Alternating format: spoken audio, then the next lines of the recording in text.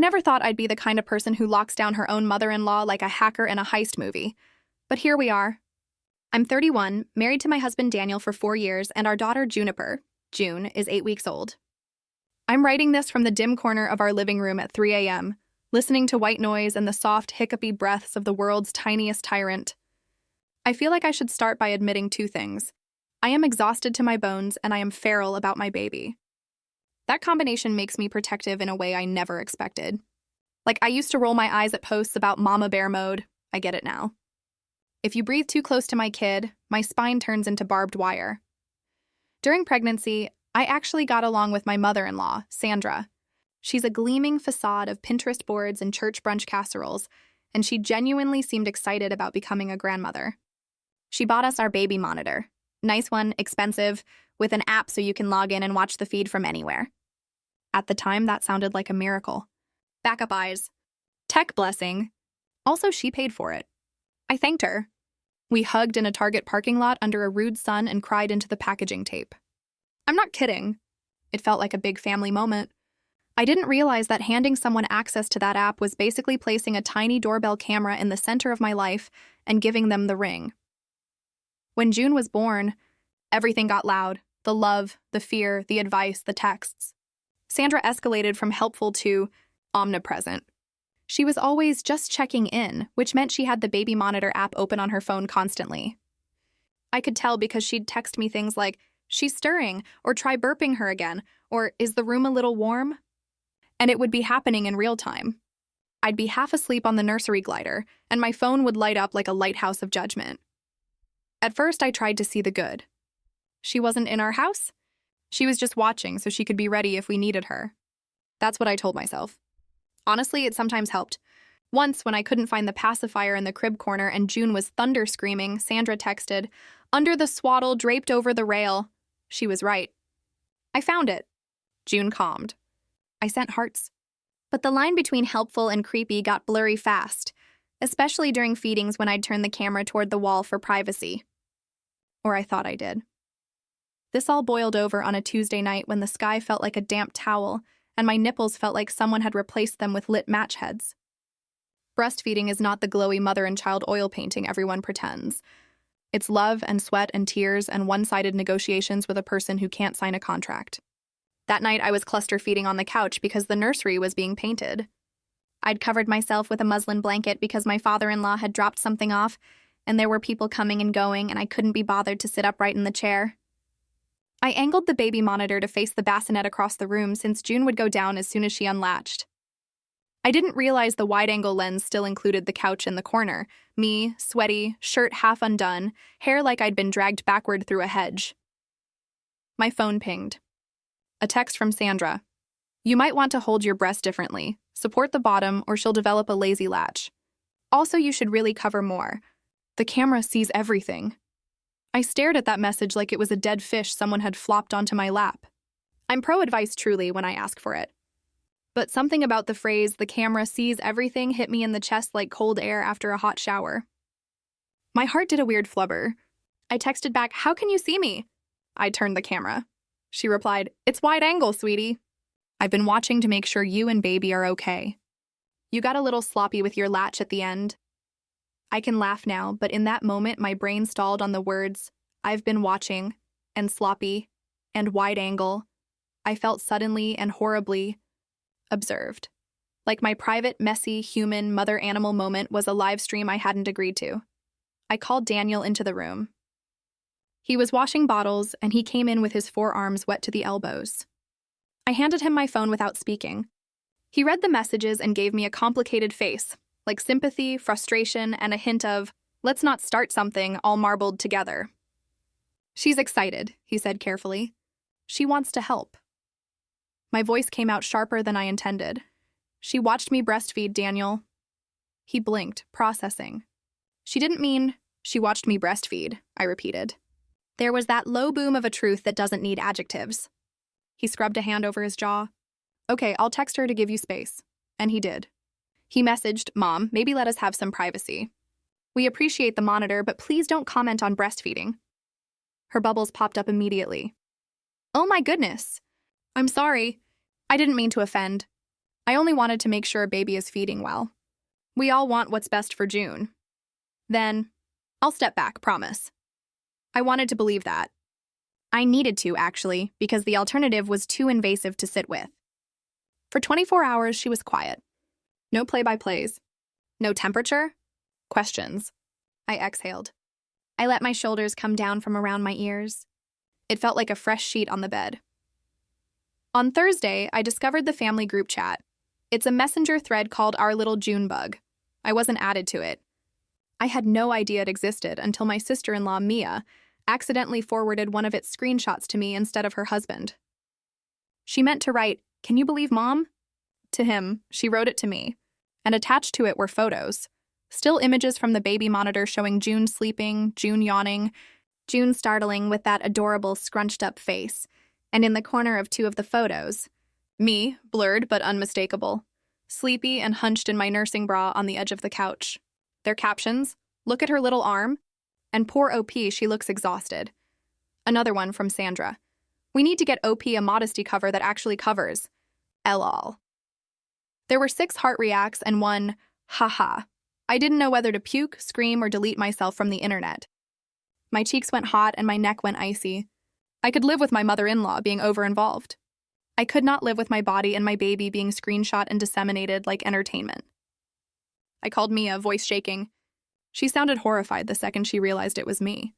"Oh my God, I'm so sorry." I hit the wrong thread. I was literally about to tell Tyler that Mom is out of control. "I am so sorry." I croaked something like, "If I wasn't invited to the chat, why was I in it?" She sighed, guilty. "Mom created it after June was born. It's just the family. She likes to share updates." I pushed back once, but she got defensive and said, "OP needs support and you were fine with it because you gave her the monitor." I figured you knew. I hung up, numb.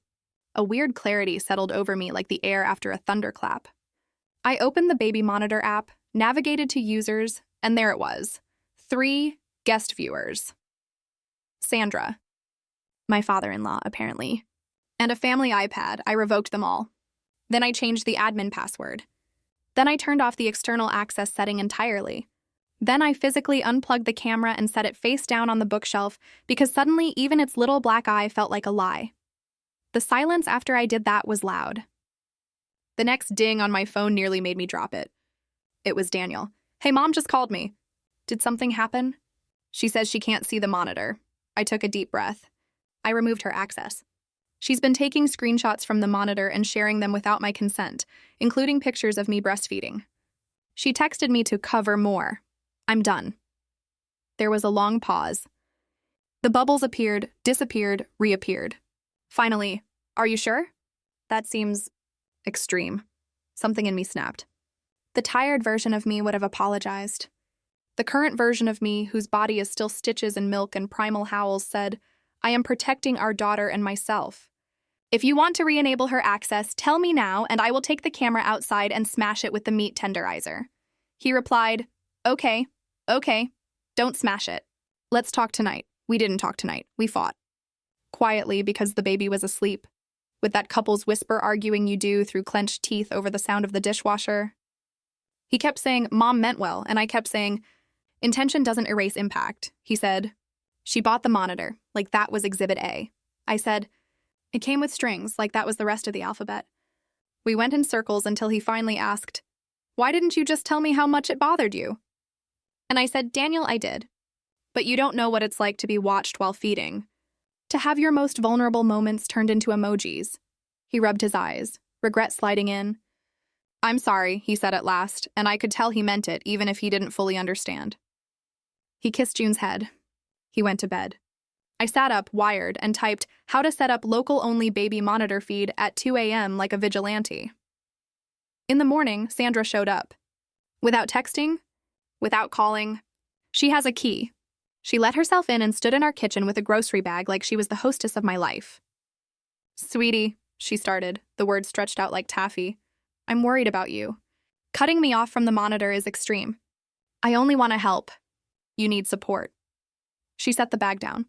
Scones, a pretense of peace. And then she lowered her voice, knife of pity. "I think postpartum is making you irrational." I have never wanted to throw a scone so much in my life. I told her about the screenshots, about the group chat. I said the words slowly and clearly, because sometimes you think if you enunciate your boundaries like a dictionary, they'll be respected. I did not consent to my image, or June's image being shared, I said. You violated my privacy. She blinked, affronted. Don't be dramatic, she said. They're family. It's not like I posted it on Facebook. Then, and this is the comment that sits in my chest like a pebble I keep turning over, she tipped her head toward my nursing bra strap and said, if you're going to feed on camera, you should expect people to see. That's what the camera is for. On camera. On camera. As if I'm a show and she bought tickets. I felt the slow, icy calm of a boundary landing 3 inches deep. Get out, I said. She acted wounded. OP, she said like a correction. I brought scones. Leave, I repeated. She left, muttering, ungrateful, and poor Daniel, as she went out the door. I cried angry, shaking tears while June slept.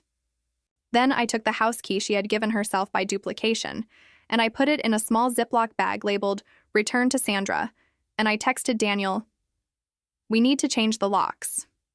It wasn't about the scones.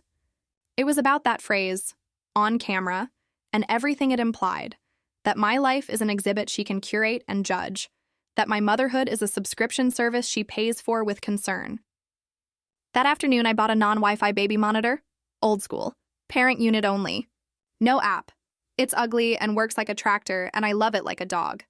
That night, I slept with both eyes open anyway. You'd think this is the part where Daniel chose a side hard and fast, but it took time. He was born into the family version of a group project where Sandra is project manager emeritus. Going against her was like switching from a left-handed to a right-handed world. For a couple of days, he hovered, awkward and tense. Then the next bomb dropped. He added the old app back to his phone, just to check something. I know this because I saw the notification. Admin login from Daniel's iPhone. I walked into the kitchen and set my phone face up on the counter between us like evidence. Did you re-enable it? He looked guilty. I wanted to see if I could limit access, he said too quickly. My blood prickled. Did you give her the login? He hesitated a fraction. She was distraught. She said she felt cut off from her grandchild. She cried. The way he said it, like crying was a court order, I felt a tiny part of me shrivel and fall off. So you gave your mother access to a camera that points into our home after I told you she violated my privacy? He ran a hand through his hair, eyes glossing. I'm trying to keep the peace. I laughed once, a bark I didn't recognize as my own. There's no peace that involves sacrificing my consent, I said. I walked into the nursery, pulled the cords, and took the camera off the wall. When I came back, I carried both the old monitor and the new one like trophies. I placed the Wi-Fi one in a canvas tote and held it out. Take this to your mother, I said. She can mount it over her own bed. For us, we're done, he flinched. I softened because this is the father of my child. I love you, I said.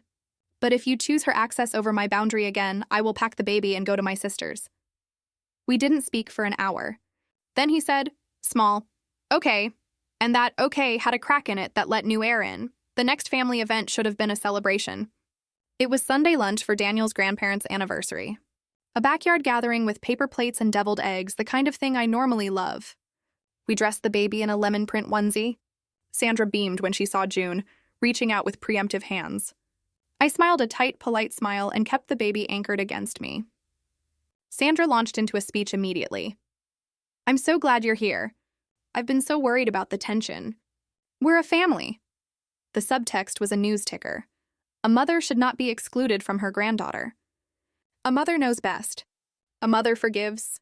I said, we're here to celebrate Grandma and Grandpa, and pivoted into the shade. For 20 peaceful minutes, we almost pulled it off. Then Daniel's uncle asked me in a normal conversational voice, so did the pediatrician say the feeding issues were resolved? I blinked. What feeding issues? He looked genuinely confused. Sandra said June had a lazy latch. He said it like comparing recipes. I heard the clink as conversation at the next table slowed. I looked at Sandra. She made her sugar smile. Just concerned, she chirped. I've seen it on the monitor. Something moved through me like a storm front. I reached into my tote bag and pulled out the Ziploc with the house key. I set it on the picnic tablecloth between the potato salad and the paper napkins with sunflowers. "This is yours," I said. "Please stop letting yourself into our home and watching me breastfeeding through the baby monitor. Please stop sharing pictures of me and my child in group chats I'm not part of. And do not ever, ever call my body on camera again." You could hear the flies pause in midair. Sandra flinched only at the words group chats. "That's not fair," she snapped. "They're family." She glanced around, recruiting witnesses. "She's keeping me from my granddaughter." Grandpa coughed politely. Grandma blinked like an owl. I didn't want a scene.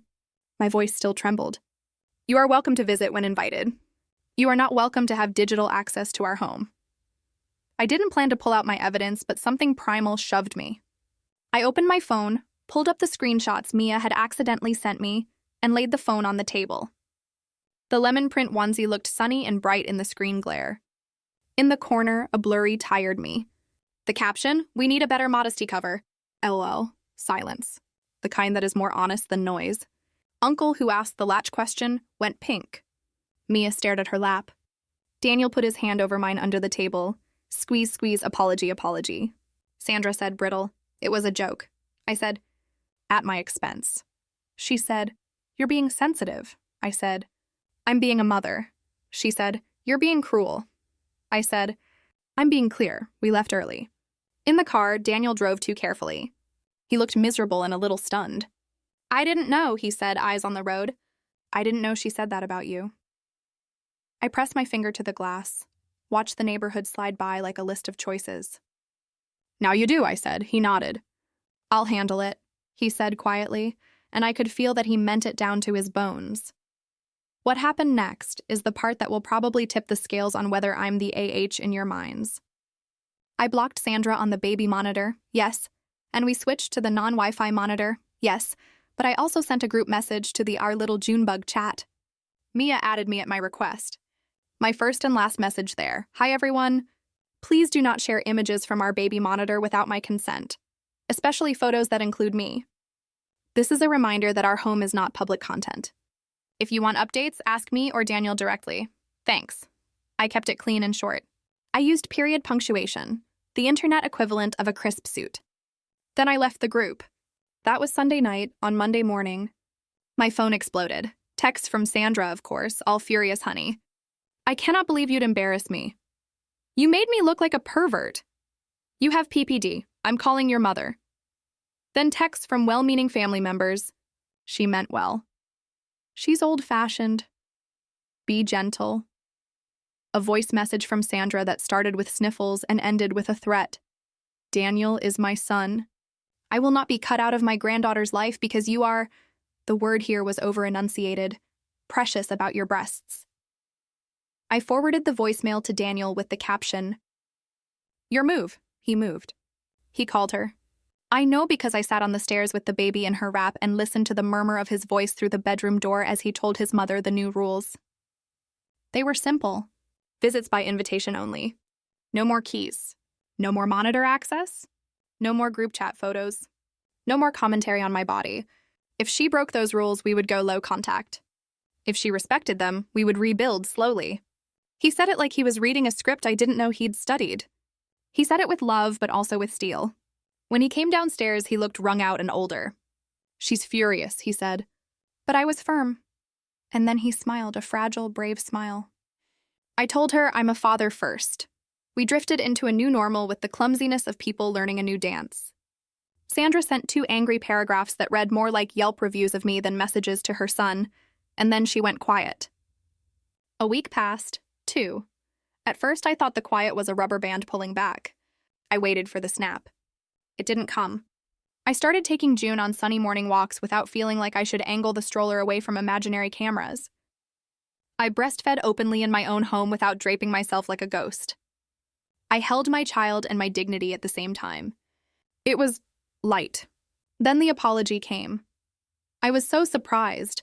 I read it twice to see if it was a trick. Sandra wrote me a letter, not a text. A letter on her thick cream stationery with her name embossed in rose gold at the top because of course it is. She wrote, "I'm sorry," in tiny, sharp handwriting. She said she had been swept up and overbearing and that she did not consider how invasive my help might feel. She acknowledged, in the smallest possible way, that her modesty comment was flippant and not appropriate. She wrote that she would like to be part of June's life in a way that feels safe for you. Then she said, "I've scheduled an appointment with a therapist to talk about boundaries. Daniel gave me the name." It felt like progress. It also felt like PR. But progress is progress, even when it's not pretty. We invited her over for a 2-hour visit the following weekend. She brought a tiny cardigan she'd knit in lemon yellow, like the onesie from the party. She washed her hands without being asked. She asked before picking the baby up. She did not glance at my chest. She did, at one point, walk toward the nursery. And I watched her like a hawk, but she only peeked in and said, "Sweet little room." She left on time. We exhaled at the door like we'd run a race. I told Daniel, "Baby steps." And he said, "Pun intended," and we laughed for the first time in what felt like months. So, am I the asshole? I keep asking myself that. A mean little gremlin voice tells me I embarrassed her in front of the family. I could have handled it privately. Another voice, bigger now, says, "Privacy isn't private once she made it public." My therapist says both things can be true. That I could have chosen a softer method and that my boundary was necessary and overdue. I think about the scones, the on-camera, the group chat emojis stamped over my tired face. I think about my daughter someday reading this and learning what consent looks like before she ever drinks a drink someone else poured.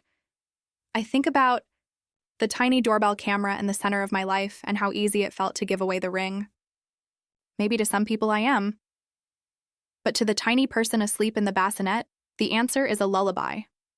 The answer is the soft buzz of the old monitor and the quiet miracle of not being watched.